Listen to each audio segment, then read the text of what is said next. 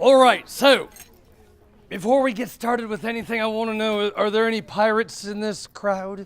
Any pirates today? We got a couple over here. I'll see. You. Wait, who said I wish? Who said I wish? Oh, perfect. All right. Well, it's always good to keep track of who the friendlies are in the crowd. So, you bring this much treasure around, you never know. All right, well, ladies and gentlemen, I'm Captain Jack Sparrow. I come up the river to find plenty of ice and cold weather. Why are we not doing this when it's warm out? I'll make you a deal. I'll come up here once in a while, but then you got to come to the Caribbean and we'll do it down there once in a while. Does that sound more fun? Yeah. All right. We just got to work that one out. All right. So, before I tell you anything that I've come here to tell you today, I don't want to risk telling you something that you may already know. And you look like an intelligent group, other than the teachers. So, I want to know, what do you know about pirates? Can you guys tell me anything about pirates? What do you know? We collect treasure. He means steal treasure, and the word is commandeer. It's a nautical thing. Yes, we do. We take treasure. Hold on, what is treasure? Does anyone actually know what treasure is? What is treasure? Diamonds, gold. Diamonds and gold, and you think so too? Riches. What if I told you not all treasure is silver and gold? Treasure is anything that's important to you. If you're walking through the desert and you've not had anything to drink for a while and you find a bottle of water, you're going to treasure that water. Trust me. Now, what else do you know about pirates? What do you know? We sometimes get attacked by the Kraken. We get attacked by the Kraken. Well, if it wasn't a figment of our imagination, that just may be the case.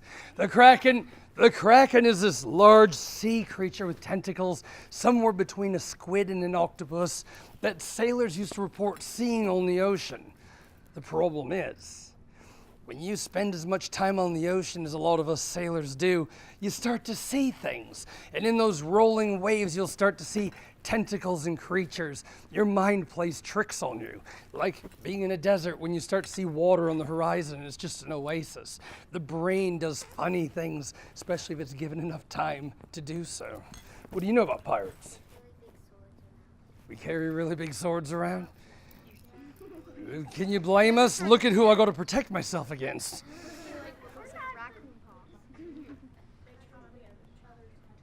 They chop each other's heads off. Well, only if need be. Here's the fact. Pirates are people no different than anyone else.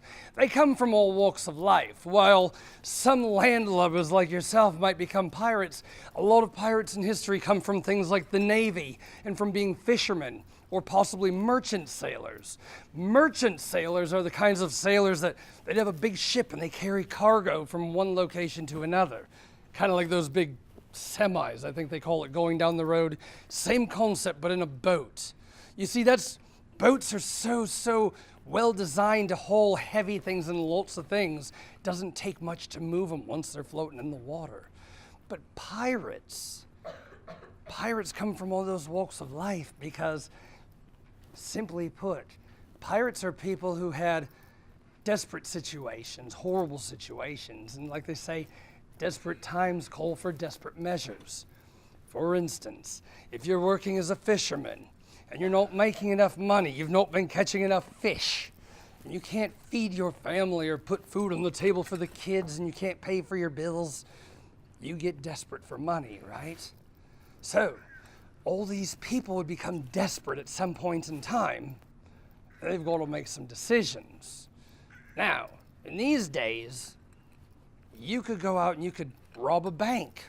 You go in and start taking money out of that bank and you get called, they're going to call you a bank robber, aren't they? If you break into somebody's house and steal things, they're going to call you a house burglar, aren't they? Well, if you take things off of a ship, off the docks, out of a harbor, they're going to call you a pirate. And that's what it is. When you get desperate and you steal things off of somebody else's boat, if you get caught, you'll be a pirate.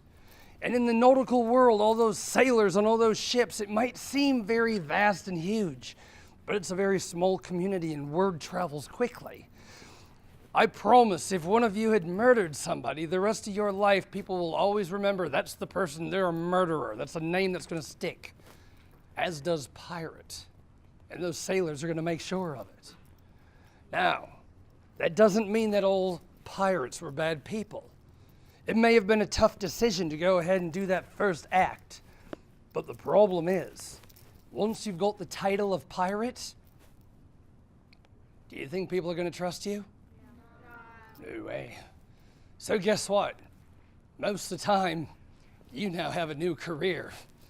And that piracy is going to last the rest of your life. Whether you live for another year or 40 years, you're always going to be labeled a pirate. Now, pirates come from all over the world, all over this wonderful blue globe. They weren't just in the oceans and the seas with those big ships that you see in movies. They were also in rivers and lakes. Remember, it's just a title. So if you were one of the Native Americans and you were stealing things out of a fur trapper's canoe, or maybe the other way around, maybe those fur traders are stealing something out of a native's canoe and they're caught, they'd be labeled a pirate. Now there's different terminology for them. If you're a French pirate from the Caribbean, a lot of the time they'd call them a buccaneer. Buccaneers got their name because one of the things they lived on was dried meats. They'd put it on a wooden rack called a boucan, and they would dry that meat. They didn't have refrigerators, and they didn't want to use too much salt, so they'd actually dry the meat and make beef jerky. And that's why they called them buccaneers. But every culture, every location on earth had their own terminology for these pirates. And they were in every part of the world. Now that's fortunate for all of us, right? That's a lot of places where people could be called pirates, and for 3,700 years they've been written about in the books ever since the days of the pyramids being built. They were shipping stuff on boats, and as long as there's been boats, we've been stealing things off of them. So that means there must be millions of people labeled pirate in our history. Does anyone know the names of any famous pirates? Oh, we got some good ones. All right, let's see. Suspicious. No, I don't know if I trust you. You. Name one. Blackbeard. Who was going to say Blackbeard? I saw a couple hands. And who's heard of Blackbeard? Oh, this is amazing. Now, hold on for a moment. I'll feel really bad. I forgot to mention, this is for the adults. You're never too old to play along. So with the teachers in the room, have any of you ever heard of Blackbeard? You? Yes. What about the man back there? You, the focus of everything. I'm just kidding. All right, so Blackbeard. I've done this all over this country. I've talked to hundreds of thousands of kids, and the first one always mentioned is Blackbeard. I always find that amazing, and it really gets the mind to thinking, what would be so special about Blackbeard and make him so famous? Do you guys know any other famous pirates by chance? Let's see. You. Jack Rackham. Oh, what do you know about him? Do you know what people call him? Calico Jack? Do you know why? He wore patched together clothing, all kinds of different colors. He kind of looked like a calico cat. They would actually give everybody nicknames, creative nicknames. Who wants to use their regular name when you have a creative nickname, right? He's also the man that helped develop the concept of a pirate's flag. Who do you know? Captain Hook. Now wait, hold on, don't laugh at that, because think about this. When you think of Captain Hook, who thinks of him chasing Peter Pan? All right, wait, hold on, hands down. Who thinks of him chasing Jake and the Neverland Pirates? All right, and who agrees with me when I say Captain Hook needs some anger management classes? It seems to be Disney's answer to everything. They're like, we're going to make a new movie. What's this one about? Fairies. All right, we need a bad guy. Who should it be? Hook? All right, fine, Hook works. He's everybody's bad guy, isn't he? But it's because he's such a good pirate, you want him around, right? So, Captain Hook, I like that. Any others? Who do you know? There should be a captain in there somewhere. Thank you so much. Exactly. Now, I love that you mentioned Jack Rackham. It doesn't come up a whole lot. People always tend to mention Blackbeard. Now, I want you to know something about Blackbeard.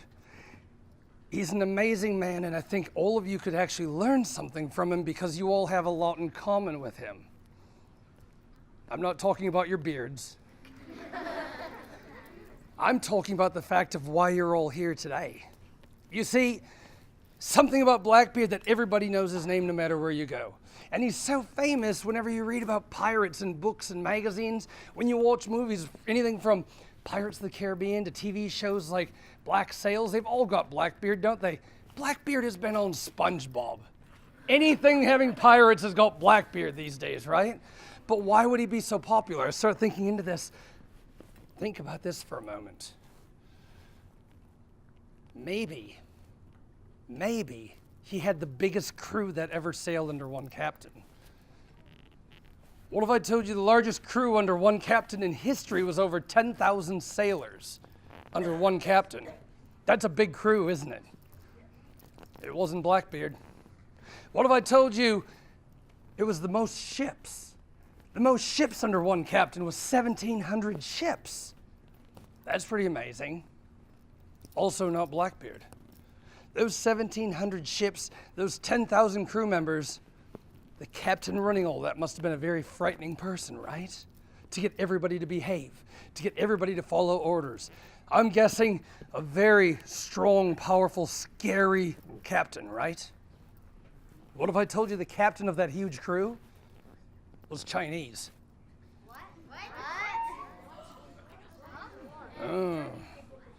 What if I told you her name was Mistress Chang? I love the looks on people's faces at that one. The most powerful pirate ever to sail was a woman, a Chinese woman. And I don't know about you, but I always like to picture, a fairly tall, older, Chinese woman screaming orders and 10,000 people going, yes, ma'am, because you don't mess with her, right? She had to be smart. She had to be powerful and cunning to have that kind of a crew. As a matter of fact, she had so much power and so much authority. If China wanted to sail their navy, they had to ask her permission. Would you say she's powerful? Yeah. Right? Right? Gentlemen, do me a favor. Take a look around you real quick. Boys, look around. There's a lot of girls in this class. Watch your wallets. If you, hold on for a moment. If you don't believe that a woman could be the most powerful pirate in history, go home and ask Dad. And if he doesn't think so, make sure Mom's in the room. He'll change his tune. So, if Blackbeard didn't have the biggest crew and the most ships, why would it be that we would know him? Think about this. He was only a pirate for 3 years. 3 years. What grade are you guys in? Fourth grade. Hold on for a moment. You're in 4th or 5th grade, so you've been in school for at least 3 years, and I don't know any of your names. He was only a pirate for 3 years, and we all know him. There must have been something else, right? Well,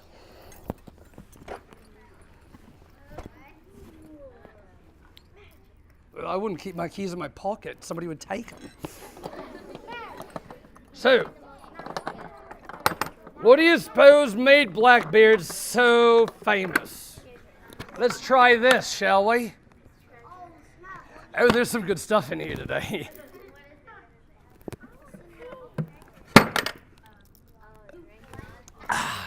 So, I'm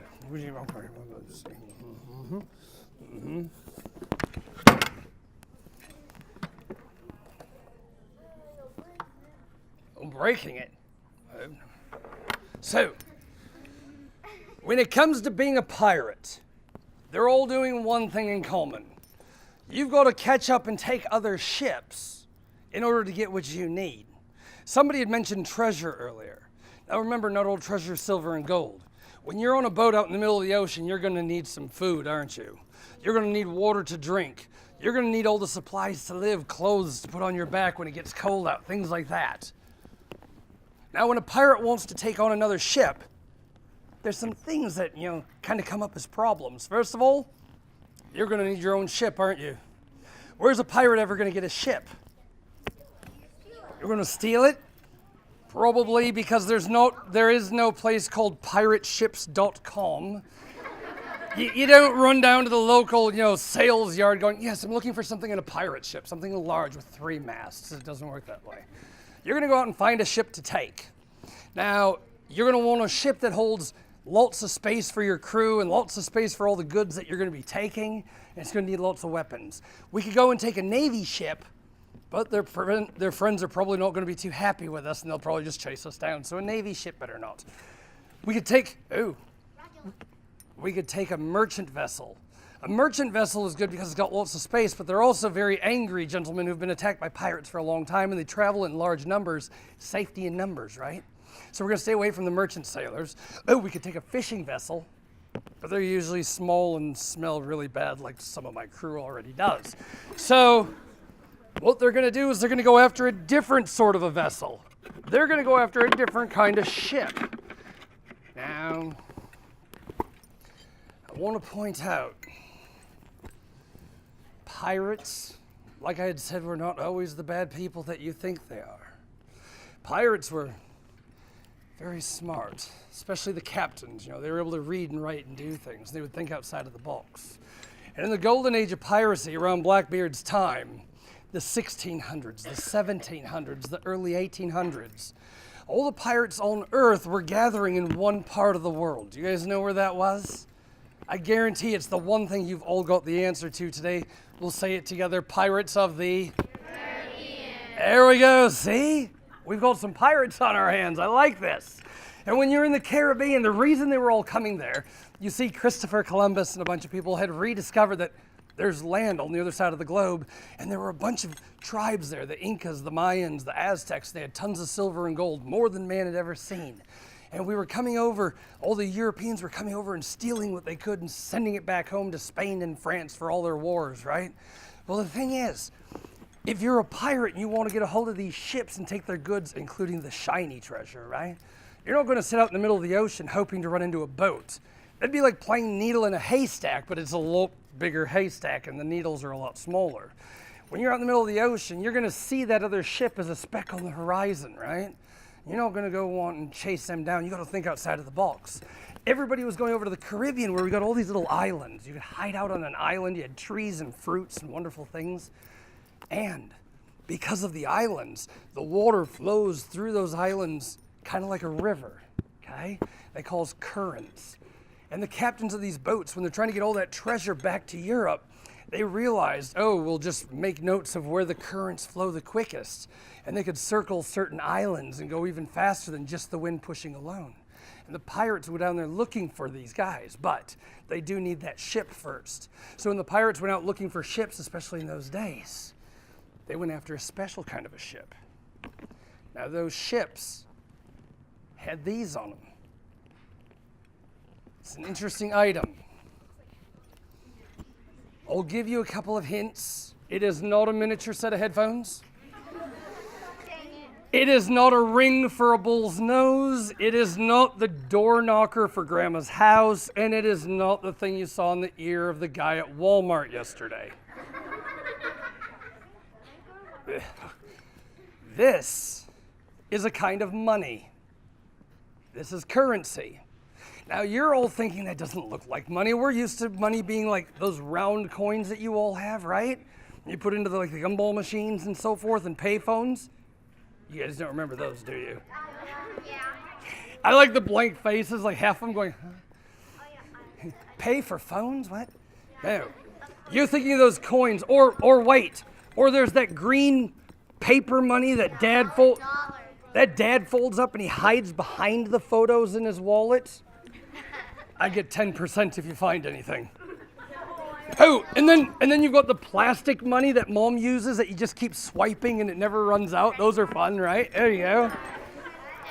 This kind of money has one specific purpose. This is made out of bronze. They call it a manila, but it had a nickname, and that nickname was a slave bracelet. Now, this was traded for a slave. This is worth a human life. I don't agree with that, but it's what they did. If you don't learn from history, people tend to repeat it. And I wanted to bring this along, and I love showing this to people because this is very real. This is about 270 years old. It was on the bottom of the ocean. It was found in a wreck of a slave ship. And the reason the pirates would end up with so many of these is because they went after those slave ships. You see, there's a trick. If you need a boat, and if you can sneak on board or happen to get on board one way or another to a slave ship, and you start untying the slaves, are those slaves going to go, sir, I've been untied, tie me back up? Or they're going to be like, oh, look, pirates. We like pirates. I could be a pirate. All right, I'll be a pirate. Right? You start untying slaves, all of a sudden your crew grows because they're going to help you before they help anybody else. And the pirates would turn that right around and offer to let the slaves go free or let them become part of the crew, whatever they wanted. Some of them wanted to just get off on the next island. Some of them went, I've got nowhere else to go. I'll stay on board the ship and be a pirate now. But pirates freed more slaves than Abraham Lincoln. And yet we're known as such bad people. Not always bad. I'm going to pass this into the crowd. I want you to be very gentle with it. And as you hold it in your hand, you're going to realize emotionally this is the heaviest thing you'll ever hold in your hand. People lost their lives and their loved ones because of this goofy little piece of metal. And I also want you to see this. Does anyone know why that one's smaller? It's for children. Before they get passed around or any of these kids up for sale, I needed more crew to get my ship out of the ice. No? There's always one kid in the crowd like me. I'll go. All right, here, pass that through the crowd. Hopefully we can get everybody to see them. Now wait, hold on. Shh. Now wait. Once we get a ship, every pirate's job is to find the next ship and keep taking things. And when pirates would track down a ship, they're not just going to take that little black dot on the horizon and try to catch it. They got to trick them into getting closer. When you're on a boat, you've got about as many people on your crew as what we have in this room, and that ship is about the size of your house that you live in. And if you're in the middle of the ocean and something happens to it, you're not swimming home. So you want to stay as far away from other ships as you can, but a crew, a captain, may see something on the horizon, and the captain doesn't want you closer, but we can trick him. We're going to do that thing that every pirate does so well. We're going to lie. If it's a Spanish ship, let's put up a Spanish flag. The guy up in their crow's nest is going to pull out their spyglass and say, Captain, we've got one of our ships on the horizon. Captain opens up his log and says, there shouldn't be any of our ships around here. Maybe there's a problem. Maybe they're lost. Maybe they need help. Maybe they're an enemy. They don't know. Let them in a little closer. They take another look and they'd start recognizing things like, that doesn't look like one of our ships. They may notice that they don't dress like our crew. They may get so close as to say, oh, they didn't smell like us. Now, when you start getting that close, you're going to get nervous. You've got three options. You can run, fight, or surrender. If you surrender, there's a good chance you're going to die. If you fight, there's a good chance you're going to die. What's the best thing to do? Run. Exactly. Now, before you're allowed to make that decision on your own, the pirates are going to help out. And what do? They bring down that Spanish flag and then they put up a... What's it called? American flag. The American flag. The best pirates of all time. No. No, come on. What's pirate flag called? Teachers, we're playing along. You know.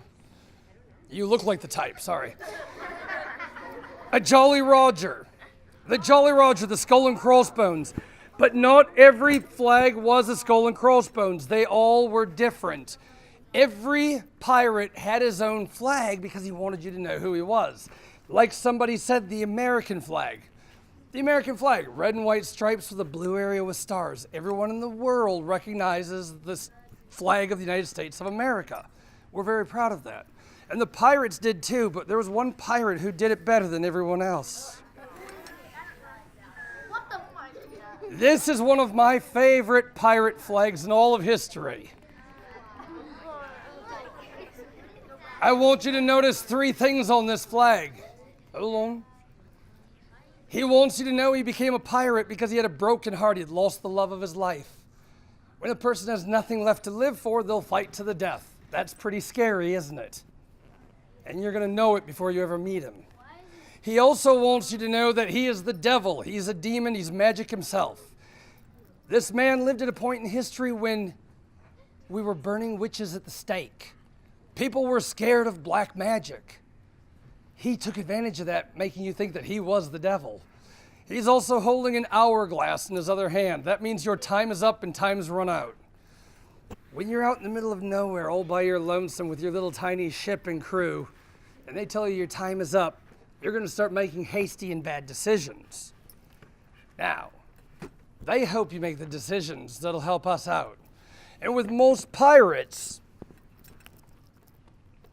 when they capture your ship, they would divide the crew in half, kill off half of the crew, put the other half to work getting everything ready, and when everything's set to go, they would kill off the other half of the crew.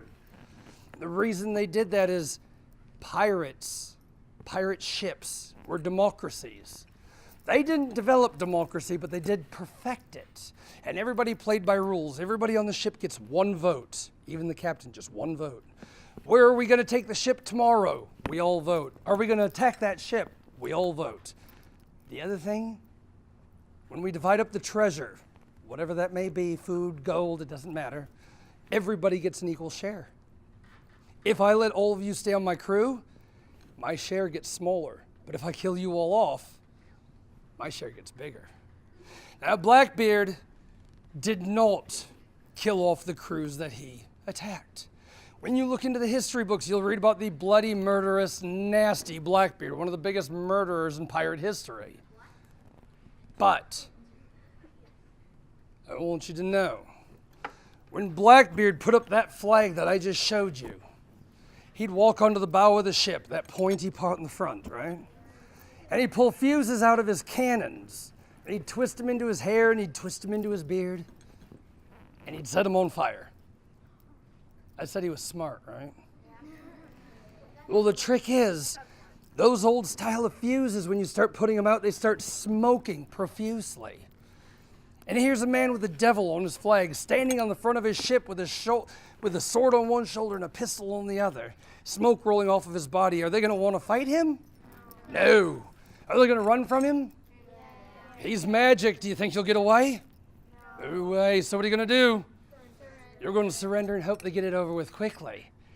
But when Blackbeard took your ship, he wouldn't torture or hurt anyone on that crew if he didn't have to. If you all cooperate and surrender and hand over your goods, all he wants is your captain, and he would deliver all the orders and all the rules through your captain to you.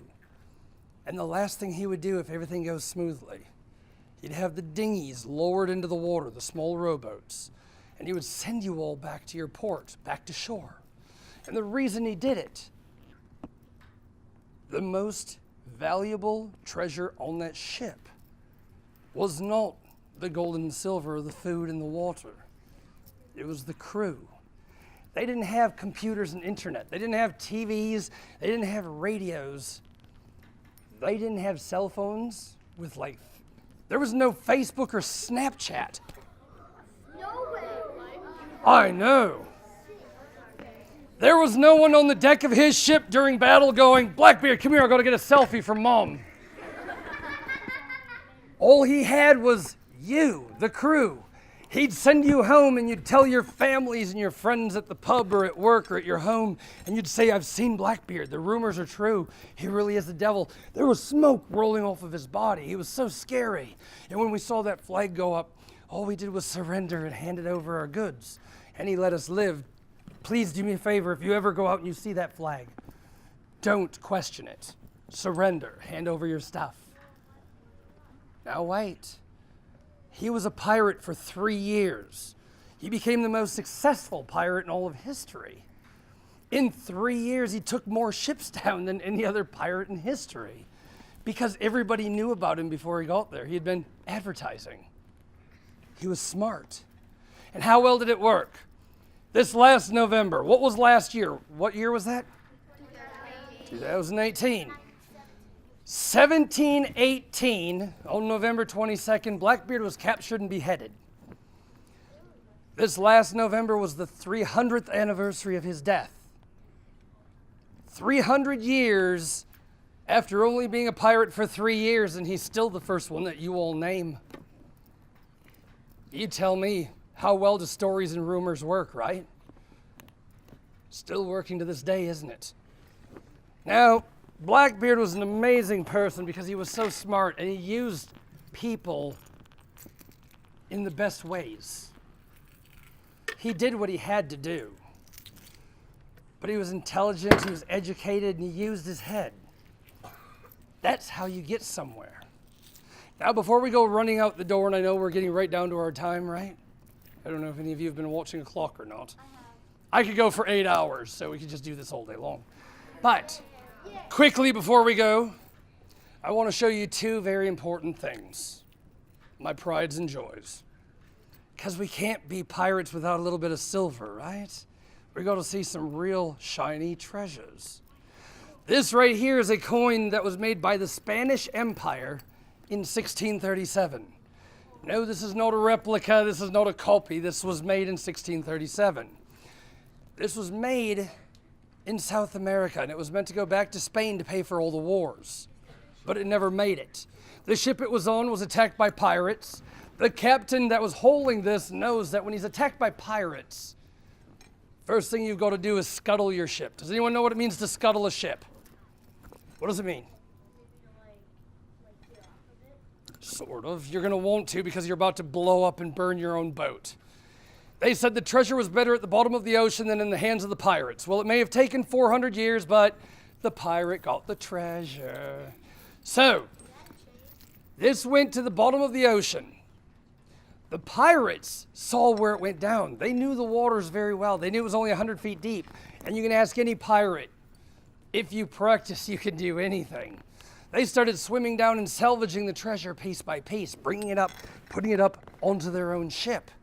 They started getting greedy, grabbing lots of these. They weren't paying attention, and the island that they had been hiding on, all of a sudden here comes a Navy ship out from behind that island and sinks the pirate ship on top of the treasure ship. This coin sank twice within just a few days. Needless to say, I've never taken it out on a boat myself. It's not good luck.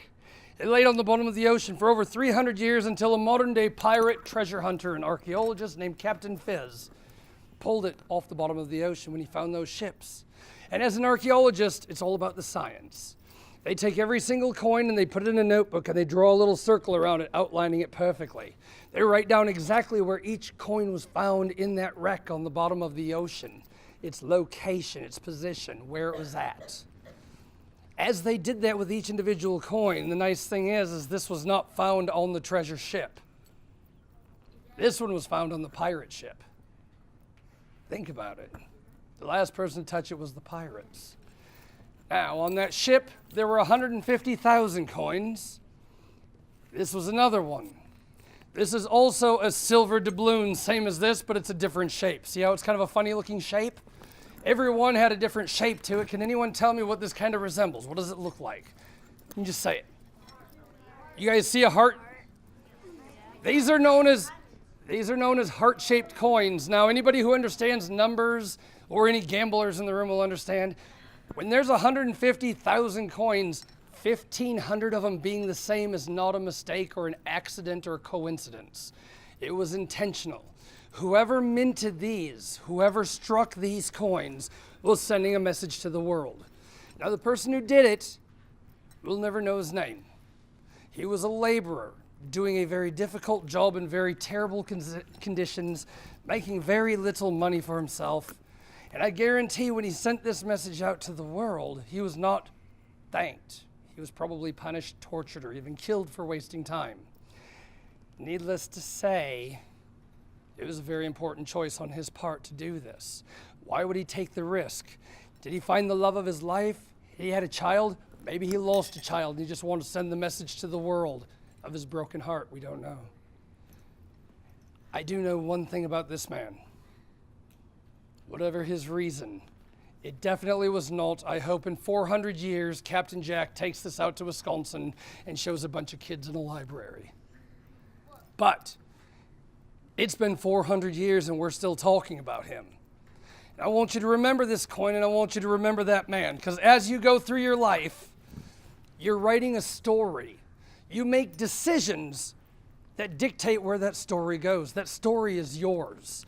And those stories are what we call history. It affects everybody around you, including yourself.